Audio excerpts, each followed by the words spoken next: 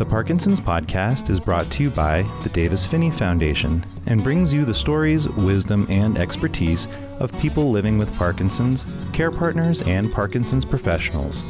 In this episode of the Parkinson's podcast, Dr. Arash Fazl talks with us about how a physician makes a Parkinson's diagnosis and why so many people have a difficult journey to receiving a diagnosis of Parkinson's. This episode is part one of a two-part series about Parkinson's diagnosis. In part two, Dr. Fazl describes the development of new diagnostic tests, how they help, and what new information they can provide.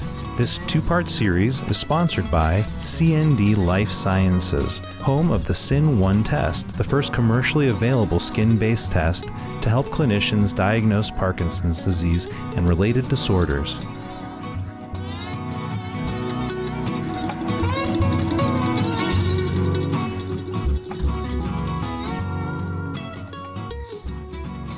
Welcome to the Parkinson's podcast. I'm Chris Kruger with the Davis-Phinney Foundation's content team, and I'm here with Dr. Arash Fazl to talk about why it can take so long to receive a Parkinson's diagnosis. So to start out, Dr. Fazl, can you just give us a little bit of background as to who you are and what your story is with regard to Parkinson's? Thanks, first of all, for having me on this wonderful podcast. A lot of my patients get a lot of valuable information through the wonderful work you do for the community. Well, I'm a movement disorder neurologist. I'm a neurologist first, and I have received fellowship training in movement disorders, and I see Parkinson patients most of my clinical day. What basically brought me to this field, apart from some family experiences with this disease, was the fact that unlike some of the initial impressions that we cannot do much, there are quite a few things we can do to improve the life of our patients. And because of not so many treatments yet available, the future is bright. We are on the verge of a lot of discoveries, and I was hoping to be part of this golden era of Parkinson's disease diagnosis and treatment. And in terms of my location, I'm in Kirkland, Washington, in a hospital called Evergreen Health. And I've been here for 2 years. Before that, I was on the East Coast in New York, New Jersey area. And it's wonderful to be able to be part of this big community of Parkinson's disease. Yeah, well, thank you for being a part of it and for helping so many of us that live with Parkinson's. And I should say, too, that I didn't mention this at the start, but I happen to live with Parkinson's myself. So I'll bring that context to this conversation potentially. And also, it just gives me a sense of appreciation for the folks who are helping to advance the understanding of Parkinson's and helping with diagnosis and care. So I have my own experience of why the road to Parkinson's diagnosis can be challenging, but I'm wondering if you can maybe just give us a lay of the land. What makes diagnosing Parkinson's so challenging from the clinician's point of view? First and foremost, I should point out that the diagnosis of Parkinson's disease is a clinical diagnosis. It relies on a clinician to take an accurate history and do a physical examination and find the telltale signs of Parkinson's disease. And if it is a classic presentation, we don't need much more. We do need, however, the expertise of this clinician for accurate history taking, and more important, knowing how to look for those specific signs in the examination. And as you might have actually personally experienced, it's not easy to find clinician with that experience widely available. That's one of the challenges of the diagnosis. We don't have enough neurologists, and even worse, we don't have that many movement disorder neurologists that have this expertise. Another part of the story that makes the diagnosis challenging is that the signs develop very gradually. Sometimes it takes years, and especially in younger patients, where doctors don't easily think about Parkinson's disease. This picture is even more slow progressing and harder to pin it on PD, unlike some neurological diseases that have an explosive onset, like a stroke. Nobody can miss that. But in Parkinson's disease, a lot of times it's blamed on aging, especially in older patients, and it can share similarities to several other neurological diseases. Basically, those two factors, lack of expertise and the mimics and the slow progression, I would say, are the main challenges to fast diagnosis. And then, of course, complicating that already hard story is the fact that we don't have a slam dunk, clear cut testing for Parkinson's disease. Yeah, so I'll jump in with a little bit of my experience. I was 37 when I was diagnosed, and now I can see that I had symptoms for many years before then. Probably 2014, I lost my sense of smell, which now I know what was going on then. I understand that it's often an early symptom for many people. But I went to my primary care doctor because I had a little shimmy and my arm would sort of wiggle when I reached for something. And I thought, oh, I must have done something to my shoulder. And I thought he was going to give me an orthopedic reference. I demonstrated my little tremor that I had. And he said, well, I don't see anything, but I think you should see a neurologist. And I was really surprised just to say that I had some symptoms that the neurologist picked up on. I'm grateful for that. I think I got lucky because they were pretty mild. And I think that points to my next question, which is just a question about the tests that can be helpful. I know you just said there's no clear slam dunk test that conclusively will prove for every single person with Parkinson's that this person has Parkinson's, but there are some tests that can be done. But I wonder if you can just run them down.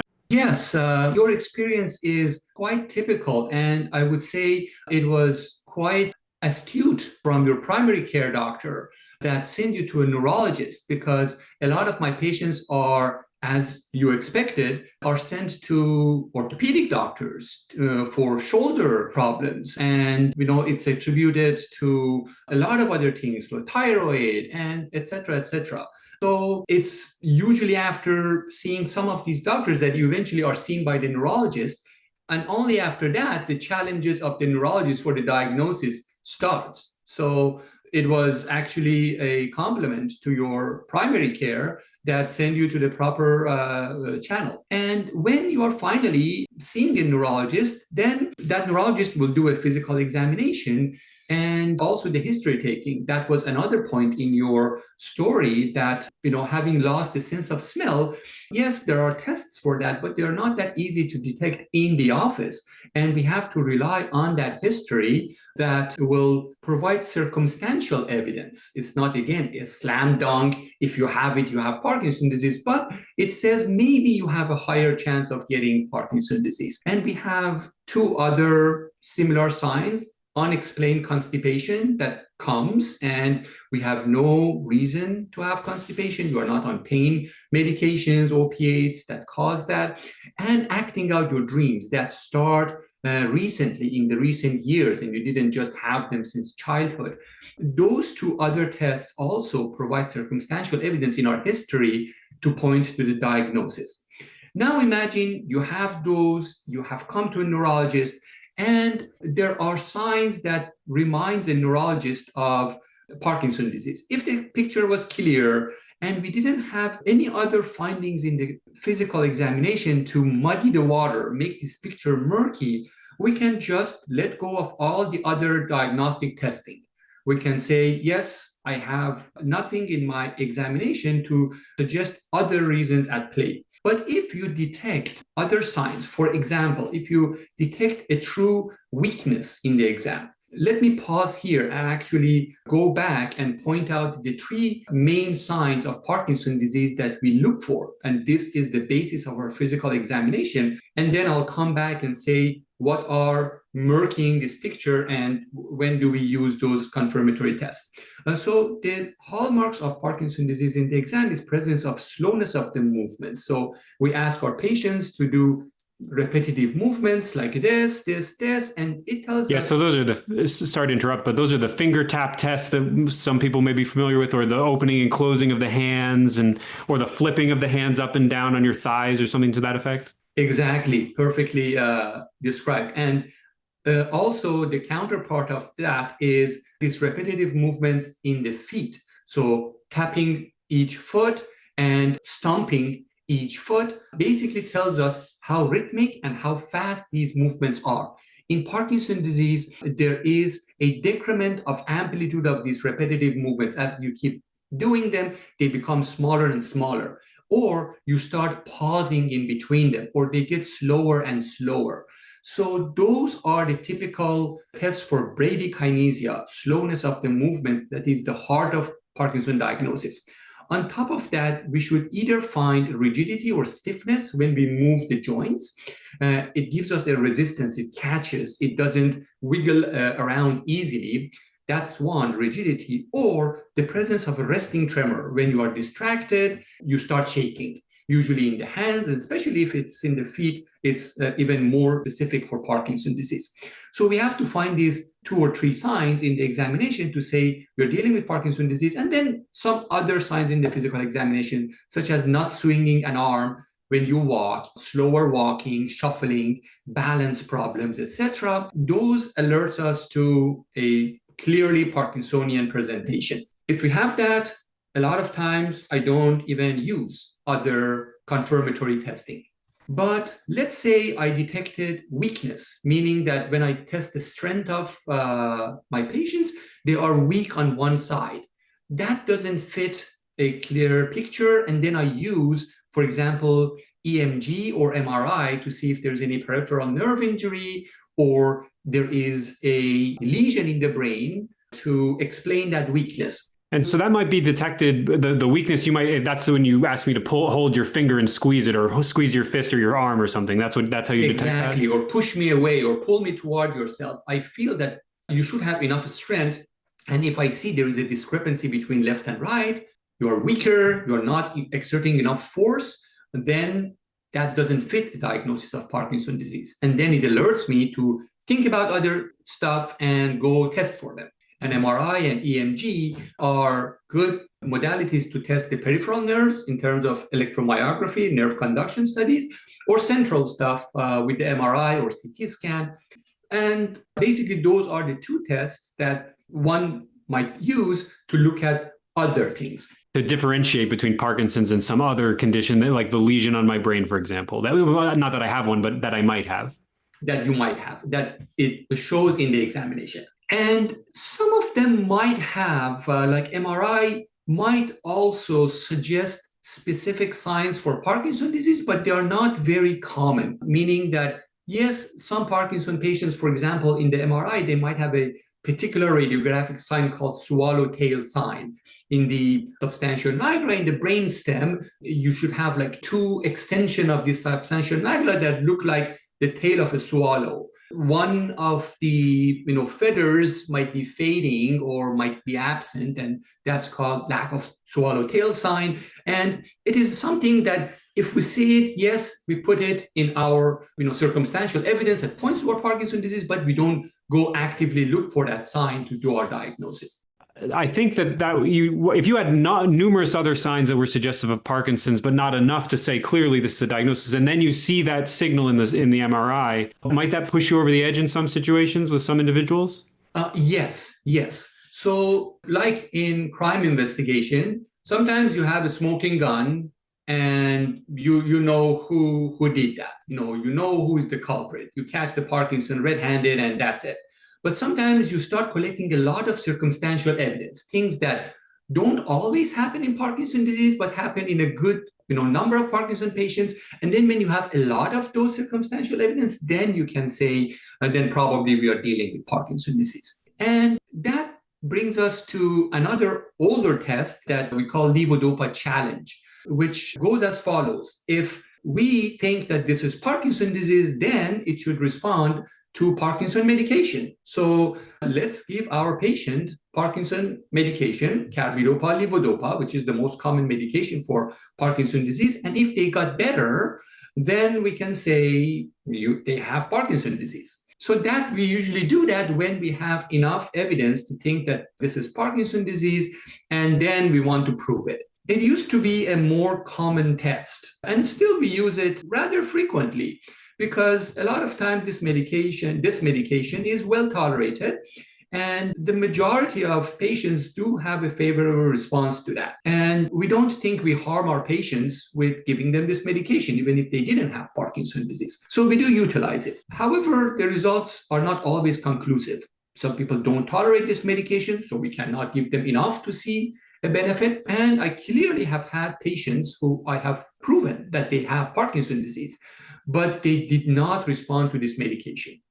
Not common, and that's why this is a good sensitive test, but it's not always the case. So we have, unfortunately, some patients that they do not pass this levodopa challenge, but we now these days know that they do have Parkinson's disease, because we have proven it with more accurate tests that we're going to talk about. Okay, and so there's one other test which starts to get into a very specific Parkinson's test, which would be the DAT scan, which is kind of the older test. Yes, yes. So DAT scan was the first test not to rule out other things, but to rule in Parkinson's disease. So that was specifically designed to find the pathological signs that happen in Parkinson's disease. That scan, or dopamine transporter scan, was, I think, don't quote me on that, but I think it came to the market around 2015, 14, 15.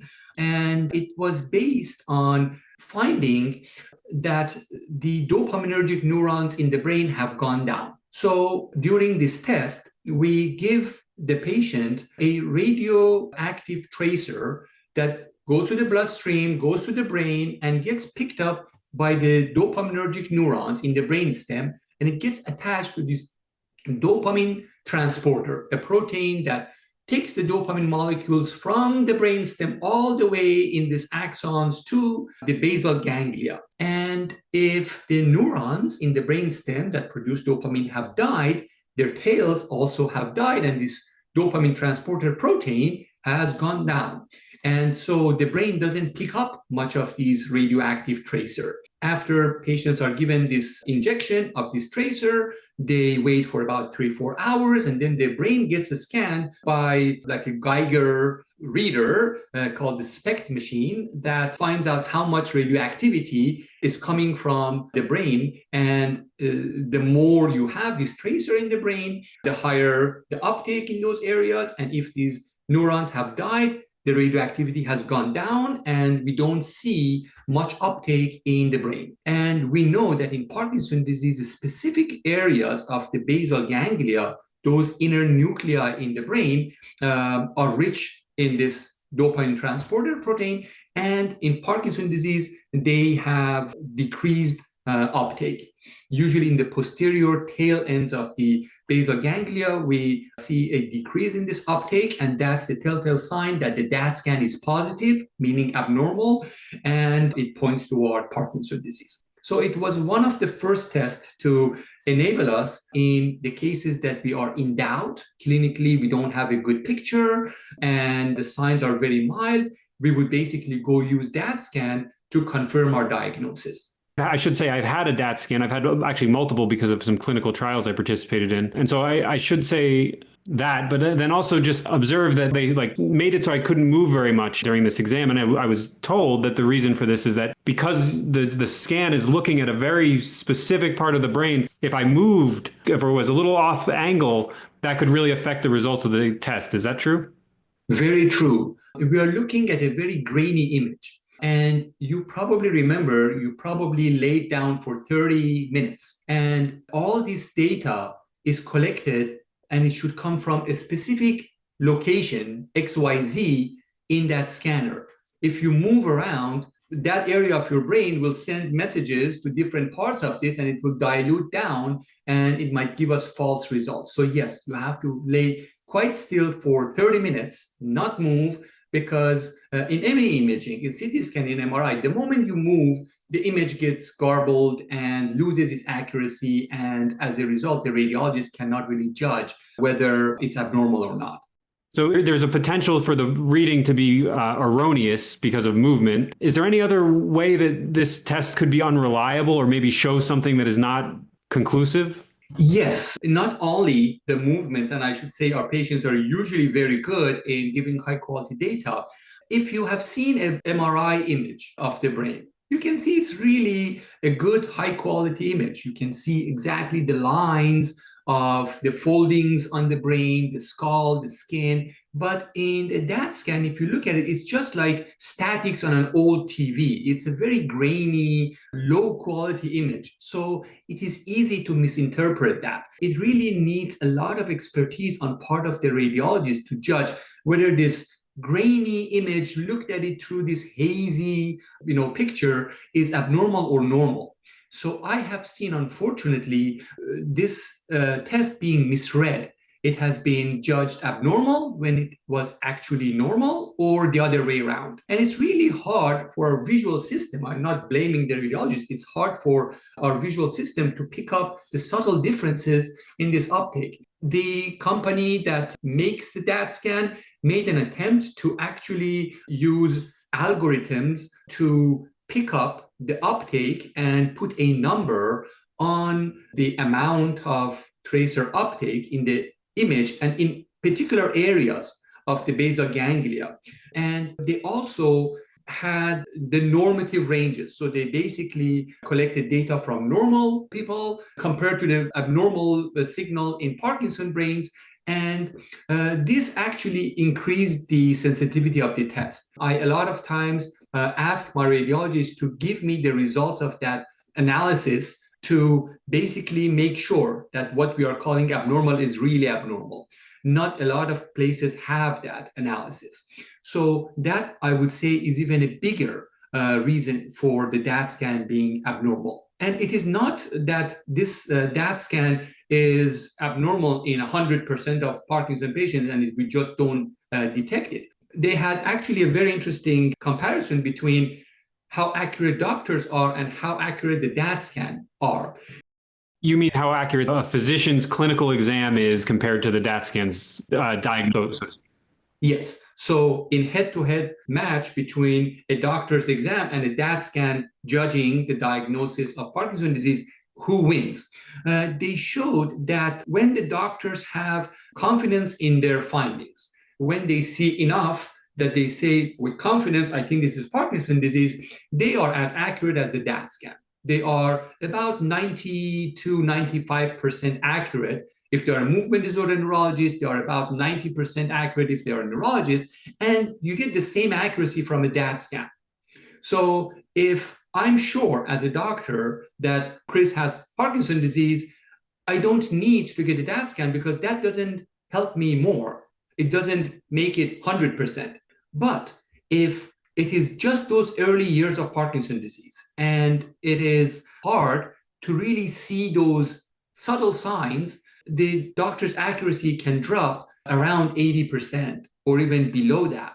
And in those situations, the DAT scan actually starts being a little bit more accurate than the doctors, like 5, 6, sometimes 10% more accurate than the doctors. So those are exactly the times we use the DAT scan when we are in doubt.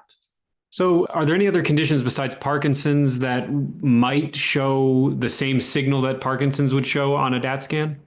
Yes. And you are pointing to a very important distinction between Parkinson's disease and its lookalikes. We call them atypical Parkinsonism, things that are not exactly Parkinson's disease, but share many features. To name a few of them, the ones that are closer to Parkinson's disease are Lewy body dementia and multiple system atrophy. These are both, as we will talk, the conditions that involve alpha-synuclein or Lewy bodies. And there is another condition, a distinct pathological entity called progressive supranuclear palsy or PSP that again shares some similarities to Parkinson's disease.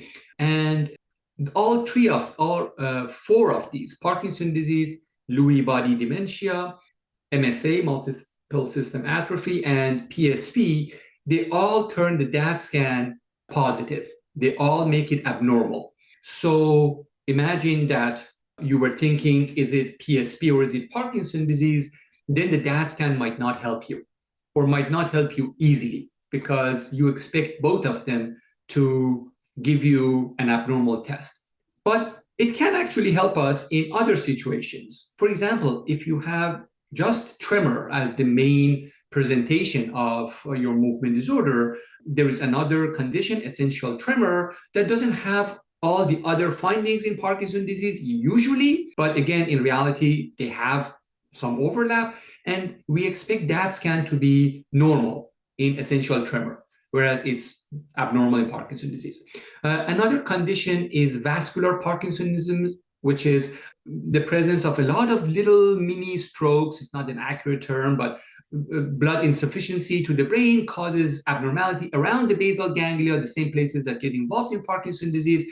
And again, you don't expect that scan to be abnormal in vascular Parkinsonism. Or yet another one, drug-induced Parkinsonism. Antipsychotics that are widely used for many different psychiatric situations might actually impair dopamine function in the brain, present as Parkinson's disease, but it's not actually Parkinson's disease. And we also expect that scan to be quite normal in those patients. So we have to know where we are using this test and for what indication. Okay, so you just drew attention to a number of really complicated factors that further accentuate the difficulties in diagnosing Parkinson's. And as I understand it, multiple of those conditions that you referenced are going to have physical symptoms that could look very similar to Parkinson's. And in fact, when I was first diagnosed, my first question was, okay, I'm 37, I'm pretty young, it's unusual. So I wanted a physician who would tell me why they were convinced it was Parkinson's, not MSA, not PSP. I just wanted to understand, because I thought this is already rare. Why that, not this? So I guess I just want to draw attention to the fact that this is another example of why this process is very complicated, because there's so many lookalikes. And I want to just plug real quickly that we have a lot of content on our website about the differentiation between MSA and PSP and dementia with Lewy bodies. And we have resources on this. So if you're interested in more information about this topic of sort of differential diagnosis, we have information on our website for that. So visit davisphinneyfoundation.org for those blog posts. Thank you for listening to this episode of the Parkinson's Podcast, and thank you to Dr. Fazl for sharing his time and expertise. Part 2 of this series features discussion of new alpha-synuclein-based tests and what these tests offer, including how these tests might help differentiate between Parkinson's, MSA, PSP, and dementia with Lewy bodies, as well as how further developments may help improve the quality and outcomes of clinical research. For more information about the Davis-Phinney Foundation and to learn about educational offerings and community events for people affected by Parkinson's, please visit davisphinneyfoundation.org or dpf.org. This podcast includes information about Parkinson's and insights from our Parkinson's community.